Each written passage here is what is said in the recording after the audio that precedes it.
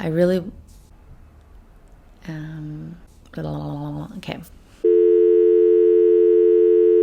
Before giving birth, I had this vision in my head that I really wanted this natural, unmedicated labor, and I'd really like to have a home birth. And so I did lots and lots of courses, and I saw a lot of women give birth in this euphoric state. And I saw women just breathing their baby out and almost laughing and smiling as they breathe their baby out. And I really wanted that for myself. And it wasn't until the end of my first labor I knew that I had missed something. And so I'm going to share with you 5 mistakes I believe I made in my first labor.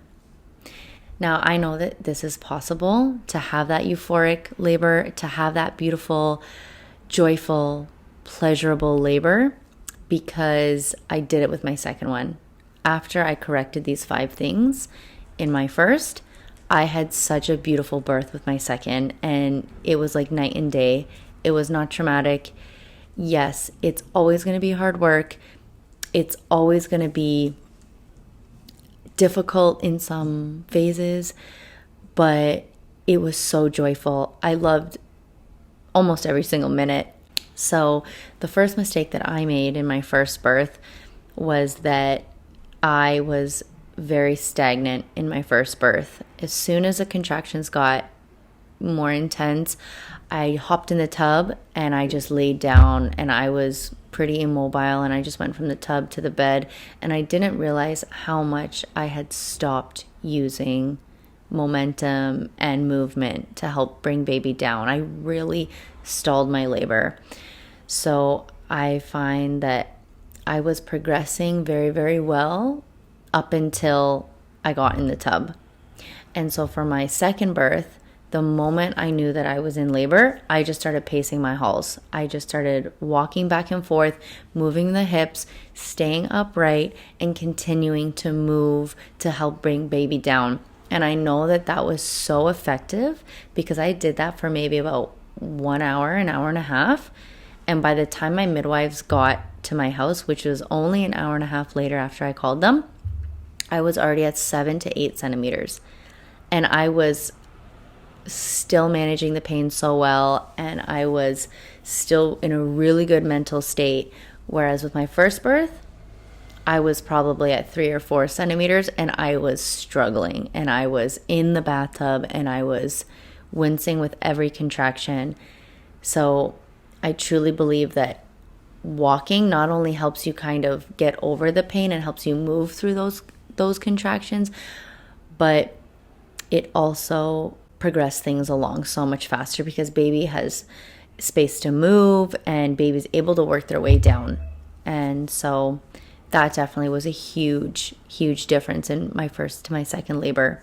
The second mistake that I made in my first labor was that I was so focused on reality, and I did not meditate. I did not take my mind to another state and just allow my body to do what it needed to do. I was so focused on every single contraction. I kept asking my midwives, how many more? How long is it going to take?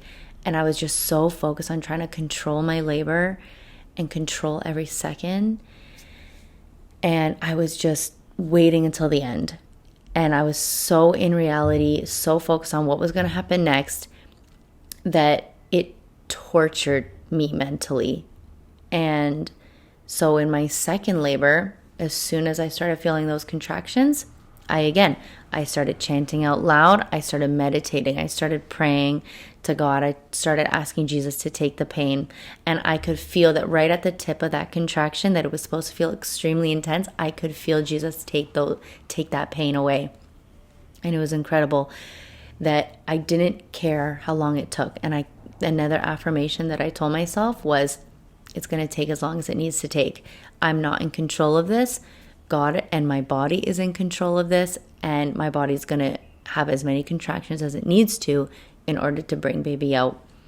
And that, just like giving up that power, it just felt like a weight had been lifted off my chest, that I wasn't going to control this. And no matter how much I wanted to know when it was going to end, taking my mind off of the end goal and just focusing on the journey and enjoying it, and just telling my body, yes, every contraction is bringing me closer to meet my baby, and rejoicing with every single contraction really helped me overcome the pain and practically not even feel the pain. I wasn't even focused on it because I was so focused on just enjoying what my body was doing and enjoying moving and praising God that I was able to make a baby and bring baby down. So meditation was huge in my second labor, and I did not do that in my first. Like I said, I counted how long the contractions were, how many I've had, how many to go. And I just winced with every single contraction. And so I know that that was a huge mistake that I made in my first, that I was determined to change in my second. The third mistake that I made in my labor was that I did not rely on my partner for his physical touch and for boosting that oxytocin. I've always heard of women, leaning on their husbands, holding their husbands, kissing their husbands during labor. And I always looked at that. I was like, good for them, but that's not me. And I'm not like that. I'm not touchy. And so that's just not going to be for me. And so with my first labor, I did not use my husband in those ways. I asked my husband to maybe rub my back a little bit here and there, but he was not useful to me in any other way because I didn't want him to hold me. I didn't want him to speak words of affirmation to me. I didn't speak any words of affirmation to myself at all in the first labor because I felt like it wasn't me. And in my second one, I was like, absolutely not. Like, I am definitely going to rely on my husband. And it made such a difference because even from the very beginning of my second birth, I started to feel fear, and I didn't want to feel fear because I knew that fear was going to lead to pain, because fear leads to tension, and then tension leads to pain. And I knew that I didn't want to feel that fear. And so I went to my husband as I was starting to get fearful, and I said, maybe this is a mistake. How about we just go to the hospital? Maybe I'll just get the epidural. I'm just really scared. And he just looked at me in my eyes and he held me and he's like, you can do this. Like, your body is built for this. You've been training for this. You've worked so hard for this. You can do it. Your body is built for it. And as soon as he said those words, I was like, you're right. Like, I don't need to go to the hospital. You're right. Like, baby is safe. I'm safe. Everybody's fine. And my body can do it. I know it can. And right then, I just had so much motivation and strength in order to keep going. And then when I decided to, get in the tub and maybe stop moving as much, that's when I really had my husband rely on me. Or that's when I really relied on my husband and had him hold me. I had him hold me from the back. I had him in front of me where I would physically lean on him. I had him, whisper words of affirmation in my ear. I didn't even tell him to do that. I just remember looking back at videos and seeing him do that. And then I was just vocally in agreement with him, being like, yes, yes, yes. And I don't even remember telling him to do that, but he was so active in my labor that he just knew when to do it. He knew when I was good to say my own affirmations, and he knew when to step in. And just having someone so attentive to you in that moment was so important, because it really felt like someone was with me on that journey. Someone was going through this with me, and someone was taking my burden. And that was so incredibly helpful for managing the pain, because I honestly truly felt like I did not experience pain. The fourth mistake that I made during my first labor is that I started the music way too late. I truly believe that music is so powerful to get you to another headspace and to help you relax. That's why people use music to work out, because it's so motivating and it really helps you push through uncomfortable things. It really helps mask the pain and brings you into another state of mind. And so I knew I wanted music in my first birth, but I started it so late.